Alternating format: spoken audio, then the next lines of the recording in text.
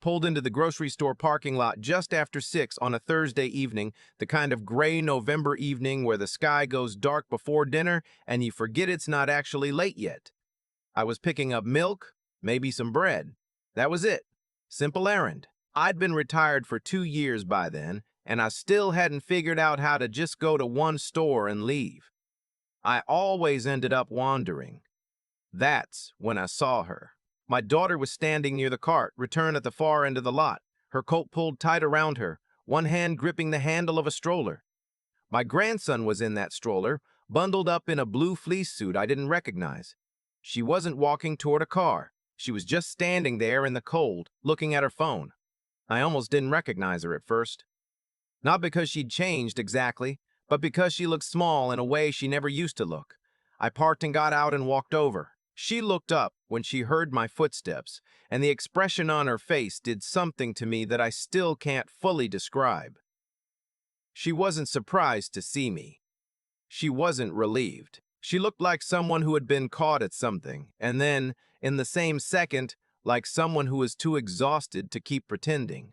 "Hey, Dad," she said. "Hey!" I looked around the parking lot. "Where's your car?" She looked back down at her phone. "It's at home," she said. "So, how did you get here?" "I took the bus." I stared at her. The bus stop was 4 blocks away, and it was 38 degrees, and she had a 19-month-old in a stroller. She'd taken the bus to the grocery store in November. "You took the bus," I said. "It's fine, Dad." It was not fine. I knew it wasn't fine, and she knew I knew it wasn't fine, and we both stood there in the parking lot for a moment not saying that. "Get in my car," I said. "I'll take you home." She hesitated for just a second, then folded up the stroller and got my grandson out, and I buckled him into the back seat with the extra car seat I still kept back there from when I used to babysit. I drove her to the store, waited while she shopped, loaded everything into my trunk. The whole time she didn't say much. My grandson, whose name is Oliver, kept trying to pull the tags off a loaf of bread, and she kept redirecting him with the patient, mechanical focus of someone who was running on very little sleep and even less peace of mind. When I pulled out of the lot, I asked her again, "Where's the car, sweetheart?" She was quiet for a long moment. Long enough that I thought she wasn't going to answer. Then she said, "He sold it." I kept my eyes on the road. He sold it. He said we needed the money. That car had been my wife's. My wife passed 4 years ago, breast cancer, and before she went, she told me she wanted our daughter to have her car. A 2019 Honda CR-V, well-maintained, good tires. I'd had it detailed and transferred it over myself. I watched my daughter drive away, and at the day we signed the title over, and I thought, okay, that's something. At least she has that. "When did this happen?" I said. "About 2 months ago." 2 months. She'd been taking the bus in the fall with a toddler for 2 months and hadn't told me. "Did he tell you he was going to sell it?" Another pause. A long one. "He said it would only be temporary, that we'd get a new one." I didn't say anything right away. I've learned over 63 years of being alive and 31 years of being a father that there are moments when the right response is not to say the first thing that comes into your head. Her name is Jude. She's 29 years old. She has her mother's eyes and her mother's habit of tilting her head slightly to the left when she's thinking hard about something. She married her husband 4 years ago. His name is Warren. I never loved Warren, but I'd made my peace with him, or tried to. He worked in sales, pharmaceutical equipment, traveled a lot, made decent money when things were going well. He was the kind of man who was very charming in public and then slightly different when the company left. I'd noticed it before, the way he'd repeat things she said, but slower, like she'd said them incorrectly. The way he'd say "we decided" about things I was pretty sure only he had decided. Small things. The kind of things that, if you pointed them out, you'd be told you were overreacting. But selling her mother's car, without telling her, for the money. I pulled into her driveway. Warren's truck was there, a 2022 Silverado with chrome rims that cost more than some people's rent. I noticed that. I think she noticed me noticing it. I helped her carry the groceries inside and said hello to Warren, who was watching something on his phone in the kitchen and didn't get up. He nodded at me. I played with Oliver for a few minutes, got him laughing, kissed the top of his head. When June walked me to the door, I stopped and looked at her. "Are you okay?" I said. She nodded. Then she stopped nodding. "Not really," she said quietly. "How long?" She looked down the hall to make sure Warren couldn't hear. "He controls the money," she said. "Our joint account. I can see it, but I can't move anything without him. My debit card stopped working about 6 months ago. He said it was a bank issue." She said the last part with a small, tired smile that told me she'd known even then it wasn't a bank issue. "He gives me cash for groceries. That's it." I stood very still. "He said if I say anything to my family, he'll make things difficult." About Oliver. She said it like she was reading from a script she'd memorized a long time ago. The way people talk about things they've repeated to themselves so many times the words have stopped feeling real. "Make things difficult, how?" "He has a cousin who's a family law attorney," she said. "He's brought it up a few times, that it could get messy, that he'd fight for full custody if I tried to leave, that I'd lose." I thought about my grandson, 19 months old, obsessed with dogs and bananas and a yellow stuffed elephant he'd named, for reasons known only to him, Hat. I thought about my daughter at 19 months old, running unsteadily across our backyard while my wife laughed from the porch. I reached out and put my hand on June's shoulder. "Don't say anything to him tonight," I said. "Just go about your evening. I'll call you tomorrow." She looked at me the way she used to look at me when she was maybe 7 or 8, when she'd had a bad dream and come to find me, not asking me to fix it exactly, just needing to know I was there. "Okay," she said. I drove home slowly. My wife and I were married for 26 years. She was a middle school librarian for most of that time, and she used to say that the most dangerous thing in the world was a person who made someone smaller than they were. She said she saw it in kids sometimes, the way one child would slowly convince another child that they couldn't read, couldn't draw, couldn't do anything right, until the second child started to believe it. She said adults were exactly the same, just better at hiding it. I sat in my kitchen that night for a long time just thinking. In the morning, I made some calls. The first call was to my brother-in-law, Neil. Neil has spent 30 years as a family court mediator in this state and knows every family law attorney worth knowing. I explained the situation. I told him about the car, about the bank account, about the custody threats. Neil listened without interrupting, which is something he's very good at. When I finished, he was quiet for a moment. "That's coercive control," he said. "That's what that is. The financial isolation, the threats about custody, that's a documented pattern. There's actually a name for it." "I know there's a name for it," I said. "She needs to document everything," Neil said. "Every time he's withheld money, every time he's made a threat, text messages, emails, anything in writing. The car sale especially. If it was a marital asset and he sold it without her consent, that's actionable." "Does she have any record of the title transfer?" "Do you?" I did. I'm the kind of person who keeps documents. I had a copy of the original title and the transfer paperwork in a folder in my filing cabinet, the same filing cabinet where I kept everything related to my wife's estate. Neil gave me the name of an attorney, a woman named Patricia Holt, who specialized in exactly this kind of case. He said she was thorough and she was good and she didn't waste time.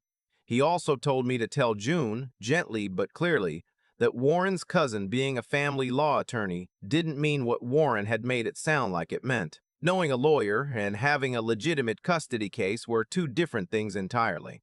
I called June that afternoon while Warren was at work. She answered on the second ring. I told her I'd talked to Neil. I told her about Patricia Holt. I told her about documenting everything. And I told her what Neil had said about Warren's custody threat. I heard her breath change on the other end of the line when I said that part. "He made it sound so certain," she said. "He made it sound so certain," she said. "He made it sound that way on purpose," I said. "That's why he said it." She was quiet. "Do you have access to your own email account?" I asked. "Yes." And your own phone? He doesn't monitor it? Not as far as I know. Okay.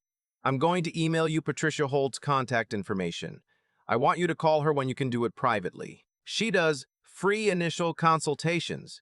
You don't have to decide anything yet. You just need to talk to someone who actually knows what your options are. Dad, she stopped. Started again. What if he finds out? We're going to be careful, I said. And June, I want you to really hear me say this. What he told you about custody. He was trying to scare you into staying quiet. Fear is a tool. He's been using it for a while now, and you've been carrying it alone. You don't have to anymore. I heard her crying then, quietly, the way she used to cry when she was a teenager and didn't want me to know she was upset. The way she'd cry and then immediately try to sound normal. I kept thinking I was making it bigger than it was, she said. You weren't.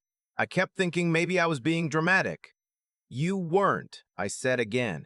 You took the bus to a grocery store in November with a baby because your husband sold your car and gives you cash for groceries. That's not dramatic. That's real. Over the next 3 weeks, June met with Patricia Holt twice. She'd been documenting things quietly, screenshots of bank transactions, a note she kept on her phone recording dates and what was said. The cash amounts Warren gave her written down each time. Patricia told her she had a strong case for documenting financial abuse. She also confirmed what Neil had said. Warren's custody threat had no real teeth. June had been the primary caregiver for Oliver since birth, had no history of anything that would concern a court, and lived within 20 minutes of her child's pediatrician, his daycare, and both of his grandparents. Warren traveled for work an average of 12 days a month. The car was a separate matter.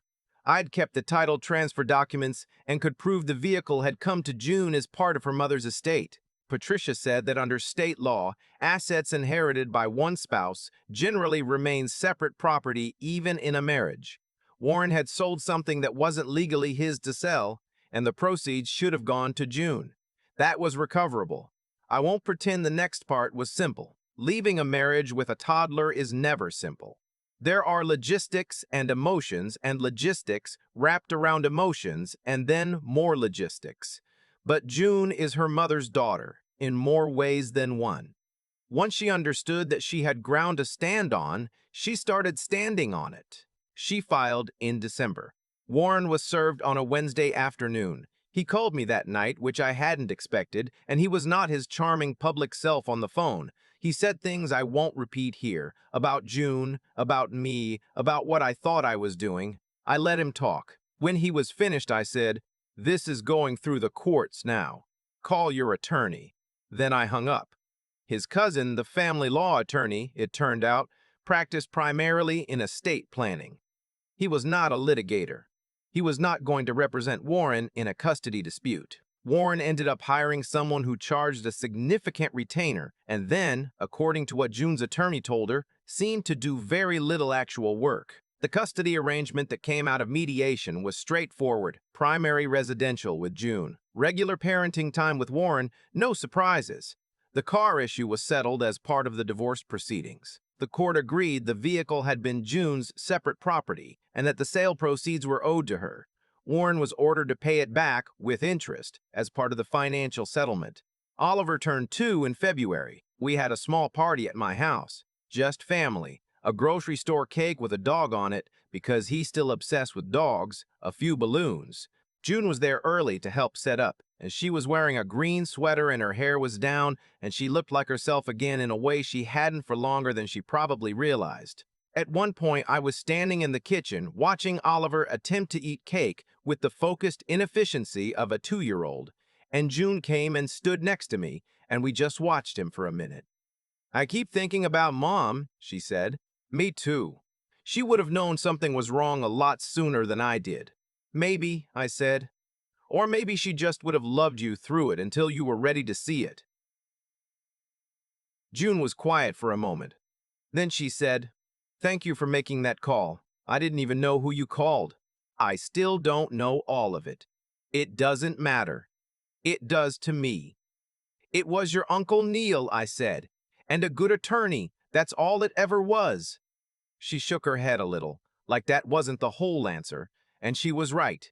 It wasn't. But I didn't know how to explain the rest of it, that the call itself was the smallest part, that I'd spent years watching my wife make people feel less small than the world had made them feel, in small ways, daily, without fanfare, and that all I'd really done was try to be a fraction of that for our daughter at a moment when she needed it. Oliver held up a fistful of blue frosting and grinned at us.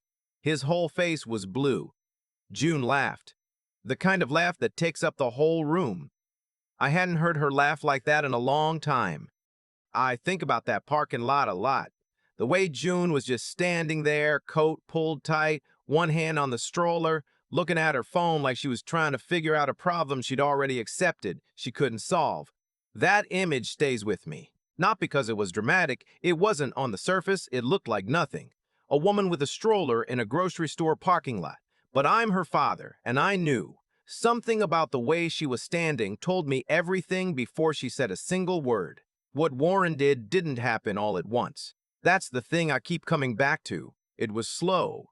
The joint account where her card stopped working. The car sold without a conversation. The cash handed over for groceries like an allowance. Each thing taken alone could be explained away. And I think that's exactly how it was designed to work. Not as one clear act of cruelty, but as 100 small adjustments, until June had drifted so far from her own life that she was taking the bus in November and telling me it was fine. There's a kind of wrong in the world that doesn't announce itself. It doesn't show up loud. It shows up patient, and it counts on the person it's targeting being too tired, too confused, or too ashamed to say anything out loud. Warren counted on June staying quiet. He gave her reasons to stay quiet: the custody threat, the cousin attorney, the implication that speaking up would cost her more than silence would. That's not strength. That's a person who knew on some level that he couldn't survive a fair fight. What I've learned, what this whole thing taught me, if I'm being honest, is that the right response to that kind of wrong isn't rage. It's clarity. When I drove home that night after dropping June off, I wasn't furious in the way you might expect. I was just very clear. I knew what had happened. I knew what needed to happen next. I called Neil. I got Patricia Holt's name. I gave June information instead of panic, and I gave her a choice instead of a rescue. That distinction matters more than I can say, because June had to do this herself, ultimately. I could make calls. I could show up. But she was the one who sat across from an attorney twice and decided she wasn't going to accept being made smaller anymore. She was the one who started keeping records, quietly and carefully, while continuing to make Oliver's meals and get him to daycare and hold her life together. That takes something that I don't have a clean word for. A kind of inner toughness that isn't loud and isn't angry, it's just steady. She kept going when she had every reason not to. My wife would have recognized it immediately. She spent 30 years watching kids in a school library figure out who they were, and she always said the ones who made it weren't necessarily the loudest or the most talented. They were the ones who kept showing up after the hard thing happened. June kept showing up. Oliver turned 2 in February with blue frosting on his face, laughing in a room full of people who loved him. That's not nothing. That's everything, actually. That's what was on the other side of one phone call made at the right time, and a daughter brave enough to pick up the phone when I called her back.